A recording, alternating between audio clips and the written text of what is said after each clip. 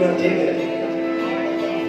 चढ़केदार ते इश्क ने रक्स कीता जाके नार विच नचया ते इश्क नचया बन के घुंघरू तवाइफ दा भेस करके दर पीर दे नचया इश्क नचया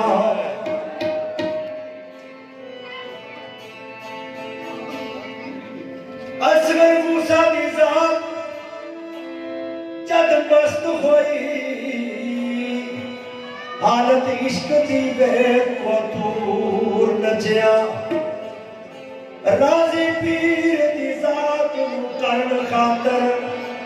बुल्ले शाह विच कसूर नचया क्या बात दादा दे दवारे सुबह शाम नचदे दादा दे दवारे सुबह शाम नचदे